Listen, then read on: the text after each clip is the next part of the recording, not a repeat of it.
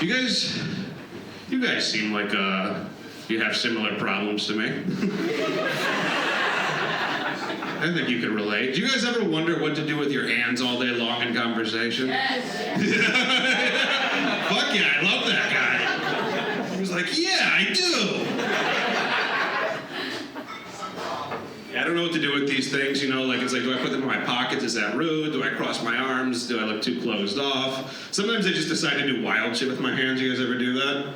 Like your girl will be talking to you and you want to sound excited about some dumb shit, so you're like, yeah! I would love to go to the farmer's market. 7:30 a.m., let's do that shit. Get 6 dirty apples for $114, that'd be amazing.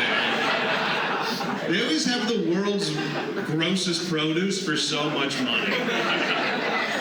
They're like, it's organic, and I'm like, it has dirt on it, asshole. Wash the fucking apple.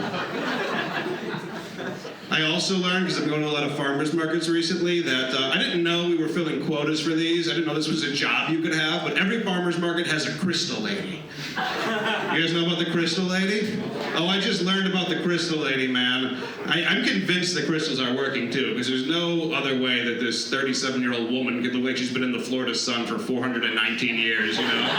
They all look the same, like really low-cut dress, just super leathery skin, right? Kind of like ratty hair. It's almost starting to dread. And I always have questions for her, so I go up and I'm like, hey, which crystal will get me more money? And she's like, that's not how it works. I was like, cool, I respect that. You don't want to give away the farm, that's fine. Which crystal allows you to be a crystal lady for a living? Let's start there. And then she yelled at me and she spit on me and I got a whole new kind of COVID because you know she's not vaccinated. Yeah, so I got a whole new kind of COVID. I don't know what we're calling COVID anymore. COVID used to have cool names. Now it's just COVID again, you know? I think the next stage is I'm waiting for corporations to start sponsoring the new COVIDs, you know what I mean?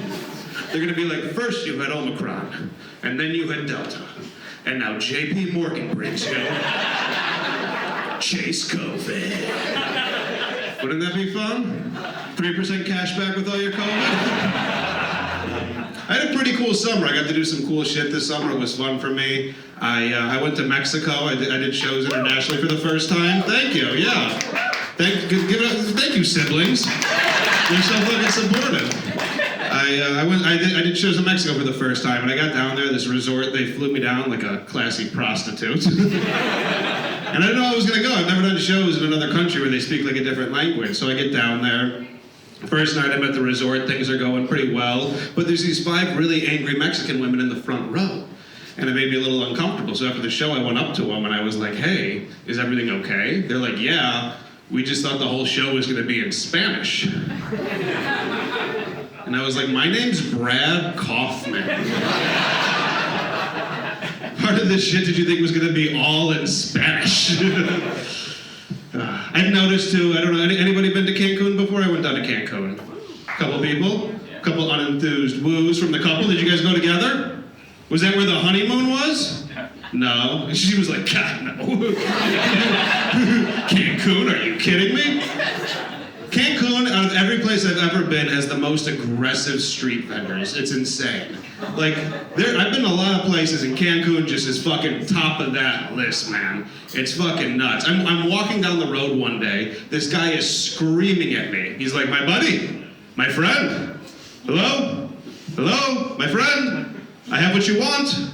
I got what you need. And I was like, dude, there is a highway between us. Who's crossing the highway? So I went up to him because I wanted to know what I needed. And I was like, okay, I'm here. And I was like, what do I need? He's like, what do you want? And I was like, nobody's ever made it this far in this interaction, huh? This is the farthest anybody's ever gotten, huh? Cool. And then he just went on to list everything possible. He was like, weed? Ecstasy? Cocaine? Girls? Boys?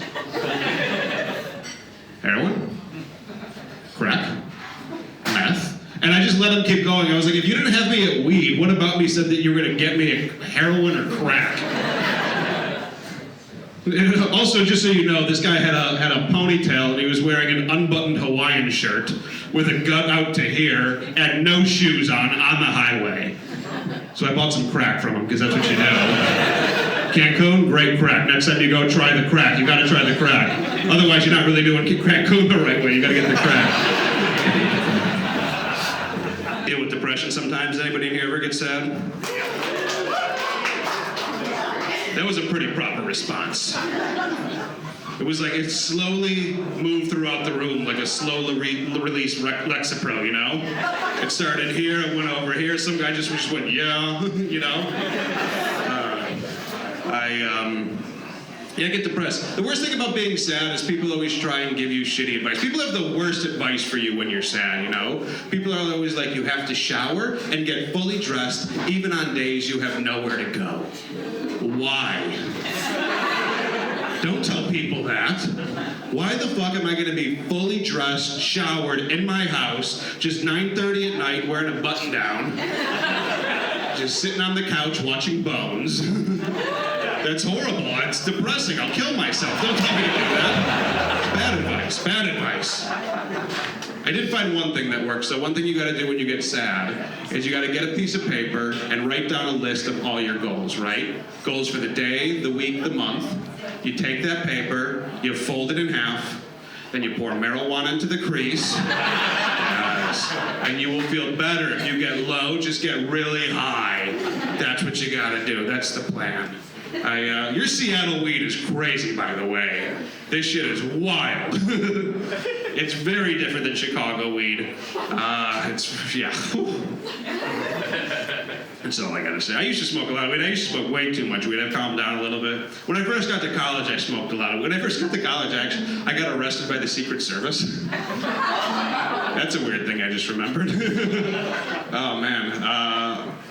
Yeah, so when I was 18, it was 2008. If you want to do the math, I'm 33. What'd you say? Obama years. Obama years, yeah. It was Obama debating McCain, and George W. was the current president. W. Bush, George W. Bush, if you were wondering which George W. I was talking about, it's Bush. It's Bush. And it was during the Republican National Convention was happening the day after I moved I was in St. Paul, Minnesota.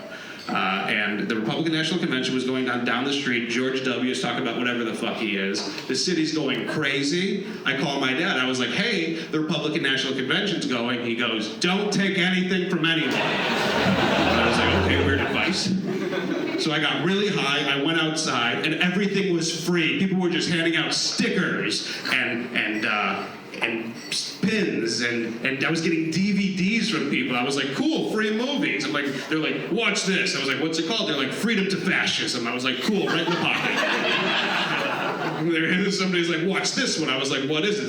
It's called George Bush is a Murderer. I was like, sick, taking that. And then I got one that was called 9/11's an Inside Job. I'm just loading my pockets, right? And then I get back to my apartment. I'm wearing all this stuff stuffed in my leather jacket. I look like such a douche too. I was 18 at a music school. I was like, I'm gonna be a rock star. So I had like a leather jacket on and like a fucking bandana, like a red bandana, just walking through the city collecting things for free. Because I'm 18, I was like, yeah, free shit. I don't have any money. And I get back to my apartment, and I lived in like this like cracked den of an apartment, and all my neighbors were either crackheads or people who were going to the school with me. And a lot of hippies, right? A lot of hippies were going to this school. And one of them, who was the hippiest of all the hippies, walked into my room, opened the door, and then he took 12 tabs of acid. How do I know this? Because he held out 12 tabs of acid, he goes, look, Brad, 12 tabs of acid, and popped it in his mouth like it was a magic trick. It was just like, boom. And I was like, wow, okay, Jacob, have fun tonight. And then I don't see Jacob for a little while. All of a sudden, I hear a huge, really loud explosion. So loud. So I go outside to investigate. Apparently the whole block came out to investigate. I walk downstairs, there's about 500 people trying to figure out what's going on. There's the police, they've like blocked off the area, they're looking at people, and there I am, high as fuck, just standing there with all my shit in my pockets, super high, trying to look normal, but I'm way too high. So like I'm kind of just doing one of these, blinking at like weird intervals, you know? And they were like, you. And I was like, what? They were like, where do you live? And I was like, in this apartment right up here. And they were like, perfect, come with me. They zip tied my hands, threw me in an unidentified van, and I sat there for about 4 hours, not knowing what was happening. And finally, 2 Secret Service members come into the van.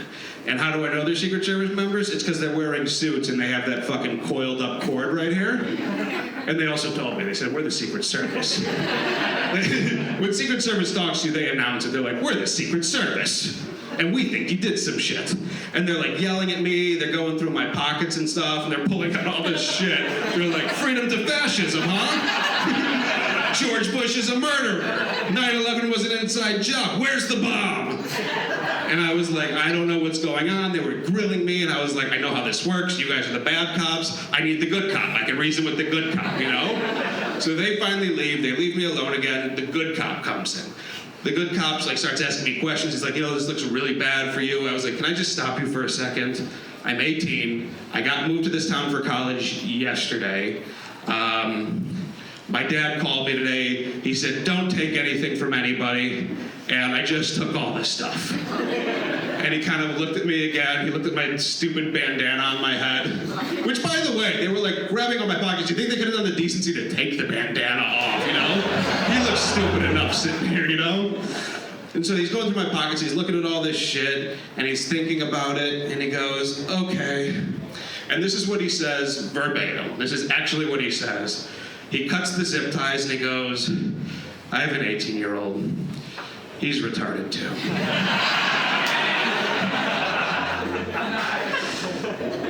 And then I'm so high, I go back to my apartment and I'm looking in the mirror and I'm like, am I retarded? Later I found out that what had happened was Jacob took 12 tabs of acid, took an M80, and threw it out one of the windows of the 4th floor of this apartment building during the Republican National Convention. How do I know that? He told all of us. And I was like, bro, you should probably keep that to yourself. The Secret Service is down there. So that's how I got arrested by the Secret Service. I know you guys are legal here in Seattle with weed. I'm legal in Chicago, and I get to travel a lot for comedy, and I go to places where it's not legal. Like, it's cool here, but like I've been in Arkansas, you could still get life in prison for a certain amount of marijuana. Alabama too, you know? I said that yesterday, and some guy goes, "Roll Tide!" I was like, that's what people in Alabama are celebrating, huh? Minorities getting arrested for weed. But I'll be honest with you, I'm not the biggest fan of legal weed. Like, I like the access, but I don't love the entitlement, you know what I mean? Like, this whole younger generation only buying their weed at the store, no thank you, I don't like that shit. I feel like as Americans, we are robbing these children of a childhood. You know what I mean? These kids will never show up to a closed down CVS parking lot, you know? They're never gonna get in the back of an old 1997 Grand Am with no hubcaps, you know, a childhood. Talk to some paranoid guy in the car who's like, hey, how much pizza do you want? And you have to sit there and be like, I'll have an 1/8 of pizza, please. I don't know why every shitty, like, low-level drug dealer did that to me growing up. Like, who did they think we were fooling? The world's worst FBI agent? Just a dude in a surveillance van, first day on the job. He's like, yeah, I don't know what's going on. I think we got bad intel. Dude has sold no marijuana, but he sold 8 3/4 pizzas. What the fuck do you want to do? I'm starving. What are you ladies talking about over here? I'm so interested. Nothing? I was just curious. I just wanted us all to be in on it. Spotlight like that. What? Probably because you won't shut up. Because I won't shut up? No, they won't. Oh, you're mad at them too? Yes. Yeah, you guys gotta stop talking. Everybody came to a show. I mean, you're sitting at a comedy show, so you should be quiet. Whoa. Thank you for doing my job for... Oh, they're leaving. Bye! Thank you. Thank you. Sorry she yelled at you. I was trying to give you a chance to just not talk anymore, but she's the police. She said she just went, I don't give a fuck. Thank you. Appreciate it. Yeah, we'll just move forward. We'll just move forward on that note. It's always fun when some crazy shit happens like that, you know? Could you hear what they were talking about, by the way? I really just wanted to know. They were just muttering a bunch of fucking bullshit into each other's ears, and it was really annoying. Oh, she just tried to yell something, but I think she said you weren't funny. Neither were you, lady. Neither were you. Just a bunch of, they were just drunk, yeah? Just two drunks just hanging out on a textured wall? I guess so. You guess so, yeah. No, I work at a comedy club, so I just get so fucking tired of like listening to them. Oh, so you're the actual comedy police. Oh, that's crazy. The comedy police has entered the chat. Okay. Good for you. No, I respect it. You know, I was gonna do something, but you did it for me, which is cool. Sometimes you just gotta be mean. Bring back the what? Chatters. We want the chatters back. You want them to come back and chatter? What did I miss? Did we all smoke crack before this? In that corner? First of all, he just referenced them as the chatters. Like we would all just know what the chatters are. Bring back the chatters. Oh, I fucking love it. Okay, we can all, let's be done with the audience interaction portion of the show. Textured wall crew. My guys on the right. Please, I don't want to see what she's gonna do next if somebody else starts talking. She's gonna fucking choke somebody out. Just come up behind somebody, shut the fuck up. Just putting people to sleep. That would be fucking amazing. Just walking up behind people, shut the fuck up, shut the fuck up. Just rear naked choking people to the ground. Fucking Conor McGregor, just take it over. Yeah. I bet nobody would talk if that shit happened, you know? Let's just, the textured wall, let's just imagine that she's gonna fucking choke somebody out. And honestly, I don't know if insurance covers that or the liability associated with it, but I know one thing, I can't stop her. And neither can anyone else, so, dating's cool. The other thing I don't love about legal weed is the dispensaries, you know? I don't love the dispensaries because I grew up just buying my weed from the dude who sold weed, you know? There was a couple of them, you know? You just buy your weed from them on a street corner, like you go to their house, whatever, right? But now you go to the dispensaries and it's just this big event. There's like a fountain and a neon sign and a dude in a polo and a clipboard comes up to you and he's like, hey, how can I help you? And you're like, who are you? He's like, I'm your drug dealer today. And you're like, no, you're not. My drug dealer doesn't golf. You're wearing a golf shirt, bro. That's not right. And then he tells you about the 83 different strains of weed that they have. And he's like, here's what each one does. There's a pamphlet for each one. Why don't you read up on it? And it's like, fuck you. I get it. It's marketing. It's expensive. But there's two kinds of weed. I've been smoking it my whole goddamn life. There's indica and sativa. Indica, that's when you smoke a blunt with your friends and then nobody talks for 3 hours. You're like, that was some good shit. Sativa, that's a little bit different. That's when you smoke a joint at that late at night. All of a sudden, it's 3 in the morning, all the lights are on, you're in the bathroom getting your third deep cleaning on your teeth, you know, really getting in there. The gears start turning, you know. You're like, my dentist is going to be thrilled with me this Sunday. Dr. Humanick's going to love this. Somebody would. Are you a sativa to the point of getting anxious, fam? Yeah? Yeah, that's what I like. I like a little bit of stress in my weed smoking. I really do, because I don't know if you can tell by looking at me, I have very little anxiety in my everyday life. Very little. And it's not because I have like things going so well, it's just, there should be anxiety there is the problem, you know? Like, I haven't done my taxes. Let's not talk about it. Nobody in here works for the IRS, do they? I bet those 2 ladies that left work for the IRS. That makes so much sense. Oh my God, yeah. But yeah. So yeah, so I need stress in my life was the point I was trying to make. I just fuck around with weed though when I drink. Like, drugs are too stressful to me. Like, I have a friend who recently started microdosing mushrooms. Anybody microdose mushrooms in here? Sometimes. Sometimes? Somebody just went, oh God. That's your fiance? She said, oh God, because you be microdosing mushrooms a lot. She was like, oh God, yeah, he's constantly playing Mario Kart and listening to Pink Floyd. It's 4 in the morning, can you come to bed, honey? But yeah, like I have a friend who recently started doing it, and I hadn't seen him in like 6 months, and then I finally saw him, and I was like, Andrew, you look fucking terrible. And he was like, no, I feel great. I was like, yeah, you look awful. You got cuts on your knees, bro. What's going on? And I was like, maybe you're not doing enough mushrooms. Maybe your microdose is too small. What's your dose? And he was like, I'm up to about like 8.5 to 9 grams of mushrooms a day. And I was like, yeah, true. You're not microdosing mushrooms. You're doing an insane amount of mushrooms every day. You need to be careful, dude. Like, you work in a warehouse. You're a fucking certified forklift operator, bro. Is that how you got the cuts on your knees? You gotta be careful, bro. I also have a friend who just does pretty much all that. He really just does a fuck ton of cocaine is what he does. We call him Sober Steve. Because after a long weekend, Sober Steve decides he wants to get sober. Literally, every Monday morning, he's like, I'm done with everything. And we know because he starts posting the motivational quotes on Instagram. You guys know those? The motivational quotes, the picture of the celebrity and the thing that he probably never said. Like just a picture of Leonardo DiCaprio, and then it just says, live every day to the fullest. Then there's a picture of like Muhammad Ali, carpe diem. And then there'll be a picture of Mike Tyson, and then it'll just be like a really long quote that says like, sometimes if you're not feeling good, you gotta eat a little bit of vitamin C, and then you feel a little bit better, smoke some weed, you know? That's what you gotta do. And I took his advice one time. It's really weird. You know what happens when you live every day to the fullest? Type 2 diabetes. So that sucks. Here I thought I was getting off these good drugs. I was just getting hooked on that good insulin, you know? So, fuck Steve. I'm from Chicago. Anybody here from Chicago? Yep.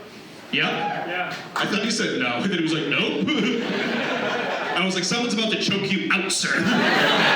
You're from Chicago? Where in Chicago are you from? South Side. South Side? How long ago did you move here? So I just moved here from Virginia, actually. I haven't lived in Chicago in like 10 years. That's a very complicated route. Chicago, Virginia, here. But you lived in the south side of Chicago 10 years ago? There's a couple other states in between. A couple others. So you're just a traveler, man. What are you running from? I'm in the military. So You're in the military. Okay. Yeah, so you go to different bases and stuff. Yeah. Were you in the military in Chicago? No. Okay, yeah, okay, for sure. Well, give it up for the military? Someone's got to do it. It's not going to be me. You should honestly be thanking yourself. It's not me. I'd be so bad at it. I'd be microdosing mushrooms every day. My knees and other people's knees. But in Chicago, like our neighboring states kind of suck. Like Chicago's cool, everything around it sucks. Indiana sucks, Wisconsin sucks, Iowa sucks. Just boring, you know? Boring and a lot of meth. My favorite thing about Wisconsin, though, is, do you notice how every state you drive to has some, like, don't drink and drive sign, and underneath it there's just some, like, dumb pun? In Wisconsin, literally the minute you cross the border, it says don't drink and drive, and underneath it, it just says cheers.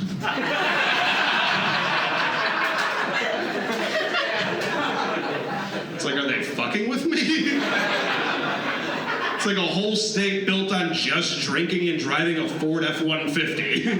Of course people are gonna do you know in Wisconsin, you can get a DUI and you get to drive home after? That's a real fucking law. The cop pulls you over, he goes, I'm sorry, sir, you're over the limit. Here's your ticket, now get home safe. It's so fucking stupid. You could rack up DUI. There's people in Wisconsin who have like 9 DUIs, and they're just fucking cruising. You gotta be careful in Wisconsin. You gotta be careful when you drive up there. I wanted to do something different tonight, because we're filming and because it's my first time in Seattle. I brought my guitar. Do you mind if I play a little guitar for you guys? Do a little bit of that? Yeah? Fuck yeah. Fuck yeah. If anybody said no, that's cue for you to start choking them out. Thank you, by the way. That was very cool of you. I don't think I've even addressed the fact that you shut everybody up. I fucking love that. And on the side of the textured wall. The textured wall's gotten so much quieter since she spoke up.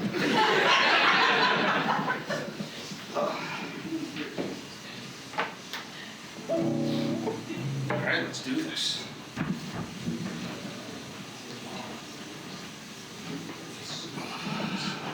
I'd like to play a song for you guys. This song goes out to all the lovers out there. All the lovers, all the young lovers in the crowd, and also all the old lovers too. Let's not forget about that.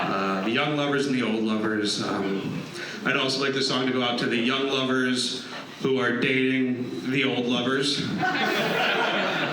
In addition, if there's any old lovers out there dating a young lover, that would be cool too, to have this song go out to you guys as well.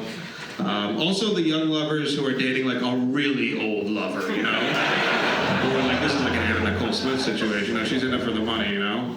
If you're out there, don't say anything if you're out there, don't give it away. He knows, he knows. And also for like the old lovers who are like really old and we're all like, oh, that's adorable, but at the same time, like when they kiss, we're like, ugh, oh my God, go back to the home. So this song is for them.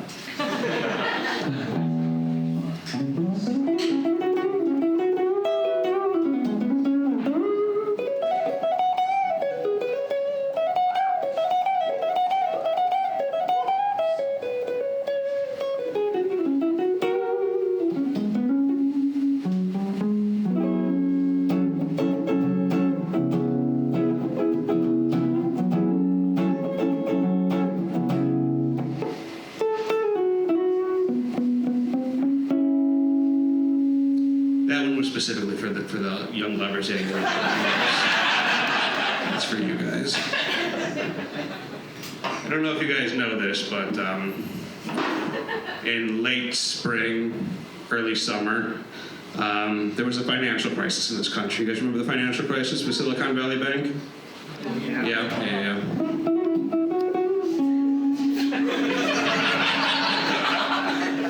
Well, Silicon Valley Bank, as well as several other banks, went under, and it resulted in a huge crisis. Many millionaires and billionaires, probably in this vicinity. I don't know anybody in this room. I mean, that would be some money, you know? But in this vicinity, we're desperately trying to get their money back. And the government bailed it out, right? And the problem with it is they only bailed out certain banks, which led the American public to believe the government would only bail you out if you bank with certain banks. So it almost seemed like you had to bank with certain government-backed banks. Otherwise, it was just over for the little guy, right? There was one little guy, Verabank, CEO Bradley Tidwell.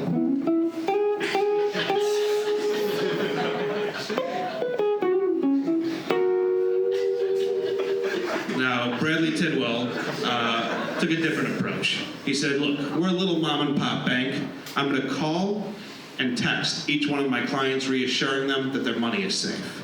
Now, he said they were a mom and pop bank, but Barrett Bank is actually a conglomerate of about 84 banks, including Citibank, so they're very much not a mom and pop bank, but that's the illusion he wanted to create, right? Trying to make everybody feel safe. So he called me.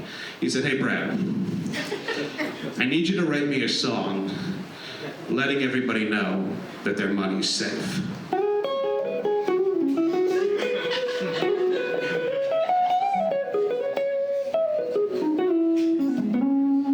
And I said, for sure, but you're a little stressed right now, Bradley. What I'm gonna need you to do is calm the fuck down right now, okay?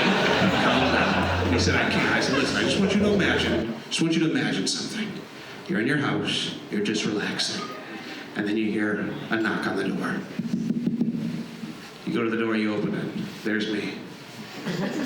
Gray sweatpants, flannel shirt, unbuttoned 3 buttons, bottle of Chianti in my left hand, pack of cigarettes in the right.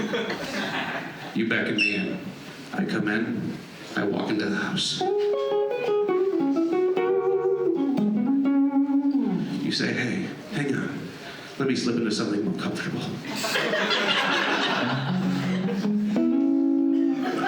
You come back, there I am. I've started a fire. In the fireplace, not in the house. I didn't start a fire in the house. I started a fire in the fireplace. And I'm laying on a shag rug in front of it, naked, with 2 glasses of Chianti.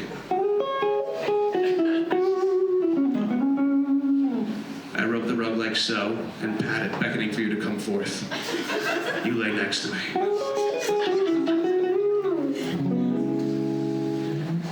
We lay with each other. I could smell the perfume coming off you, Bradley, and you could smell the musk coming through my chest hair. I lean in, my lips touch the nape of your neck. I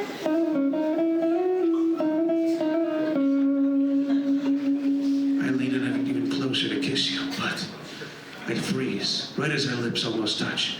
There we are, suspended in animation, like an oil painting, hung in some sort of late 19th century Russian oligarch's house, you know? One of those rich oil paintings, one of those in a gold frame, because nothing protects you from the ways of the world like money.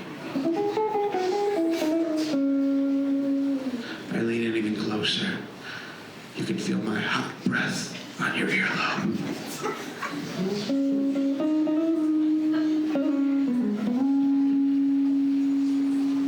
As I whisper in your ear, your money is safe.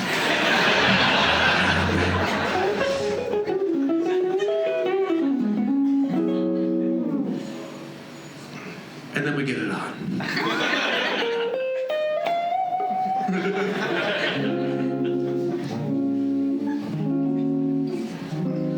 Let's get it on.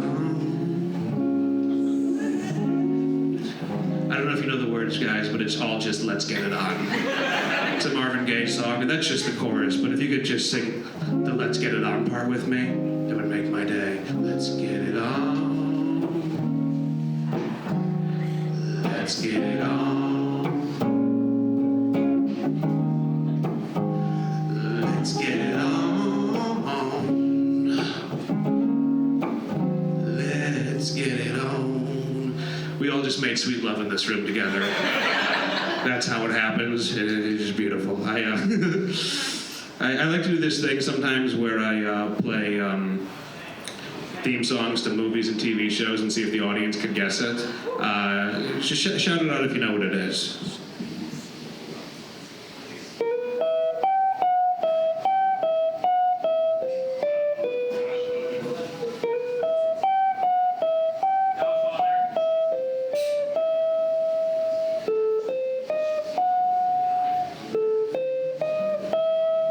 Was The Godfather. Give it up for that guy who guessed it. I think 2 people got it. The rest of you need to go home and watch The Godfather about 18 times. That's how you know you're in your 30s. Let me hear if you know what this one is.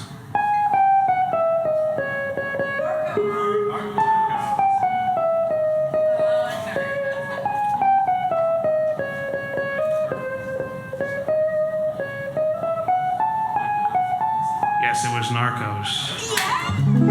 Soy el fuego que ya me morir, el Mustafa de Atatürk, el Castillo de Rum. If you don't know, I can't speak any fucking Spanish. That's all gibberish, but the key to speaking Spanish is you have to throw a few key words in there. Some el soy, yo soy, some castillos, a few mamas, papas, a Guadalupe here and there. Check it out. El Castillo de Rume de Sol, el Mustafa de Pata de Papa, el de Layo Emestifo yo, me gusta le anda papa, me ateando diablo.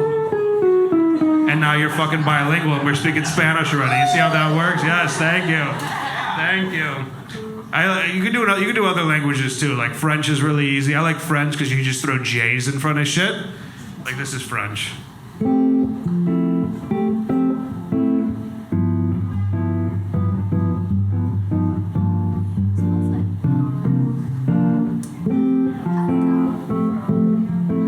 Jean de j'ai pour face des gens, des jours, j'ai déjà fait des gens. J'ai pour casse des rois. Jean de j'ai de juste des gens, j'ai de juste des gens, des films au casse ouais des fois. And now you speak French. You see how that works? Now you fucking speak French. That's 2 languages I just taught you. And like, who needs fucking Duolingo or whatever? This works for. I wonder if that's why the Spanish ladies were so mad at me when I got to Mexico. They were like, we thought the whole show was gonna be in Spanish because I was just offending their whole language the whole time. They're like, no, that was gibberish, and we didn't like that. I'm gonna do one more for you guys, if that's okay. I'll do German. If we could do German. German, cool? Yeah, okay, let's try that. German's a little tough, hang on.